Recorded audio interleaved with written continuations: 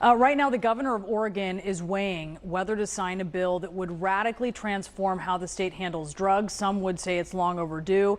It was just a few years ago in 2020, Oregon voters passed a measure that decriminalized some hard drug use.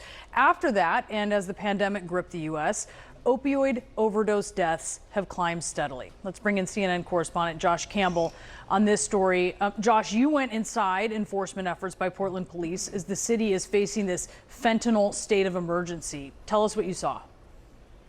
Yeah, Bree, well, parts of this city are in a state of crisis. We went along with Portland police. I was interacting with people who are homeless, that are addicted to fentanyl, and they talked about this struggle. And just look at some of the recent data from the state of Oregon itself, showing this spike in overdose deaths. From 2019 to 2022, they saw an increase of 280 deaths up to 956 deaths. So quite a stunning spike there. That's what authorities are contending with as they've declared this state of emergency.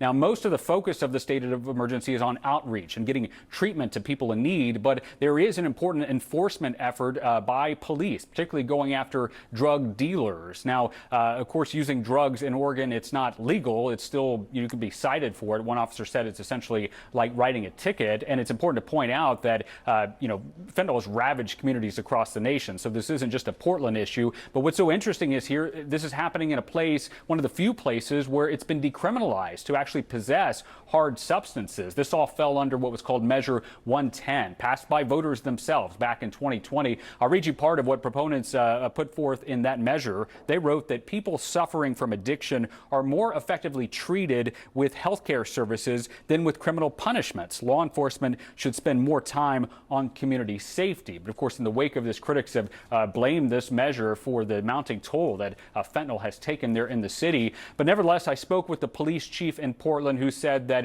he wants to get past the politics. He understands that this issue can get politicized very quickly. His focus, Brianna, is on the humanity itself. Have a listen.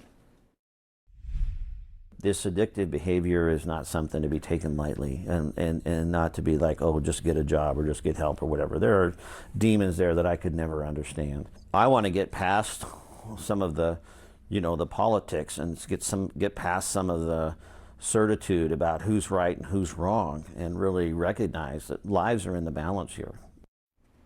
Now, officials just recently gave an update on the state of the emergency crisis thus far. They say they're impressed with the number of drug dealer arrests that have taken place. Also, efforts by first responders there to launch a rapid response task force. Now, it's important to point out that that bill that you mentioned at the top, which overwhelmingly passed both the House and the Senate in the state of Oregon on bipartisan lines, still awaits the governor's signature, her consideration. I asked her office what she will do. They say that right now she is undecided. She will study the bill once it gets to her desk. The main lens through which you'll be looking as she assesses this bill is what impact does it have on treatment, trying to get that balance between enforcement and treatment to those in need. We'll wait to see, Brianna, what she does when it hits her desk. All right, we sure will. Josh Campbell, thank you for that report.